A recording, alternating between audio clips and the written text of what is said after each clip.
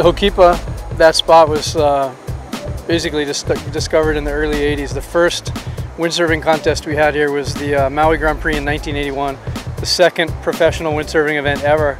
So I came over from Oahu and drove out here, and we had this killer spot.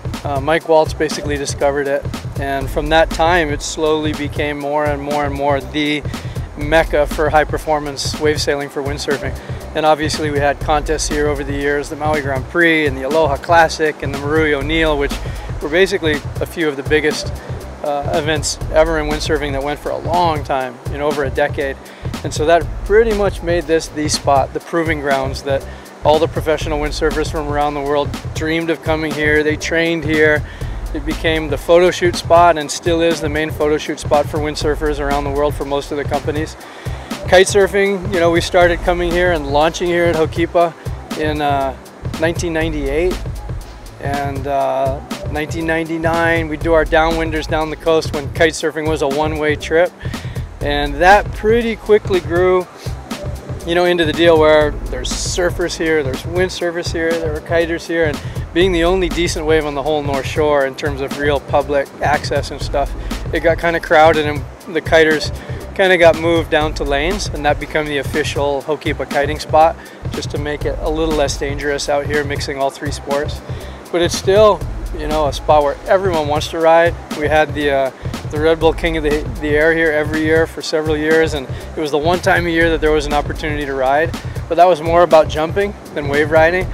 And clearly, as the sport of kite surfing has evolved the last few years, and wave riding has become a real dynamic aspect of the sport with respectable wave riding, and with a tour now being formed around the world, Hokipa's back on the map as being a viable, kite surfing wave spot.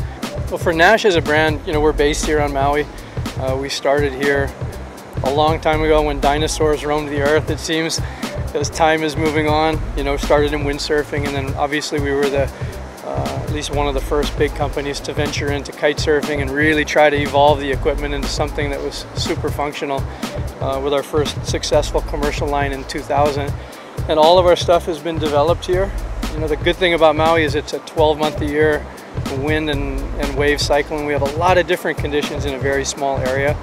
It's important that we still test our stuff out of Maui, because Maui's so perfect, you could design yourself in a niche.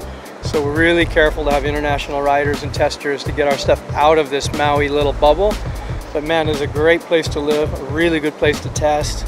You can be on the water, even with a full work day. You can be on the water as much as you really need to be.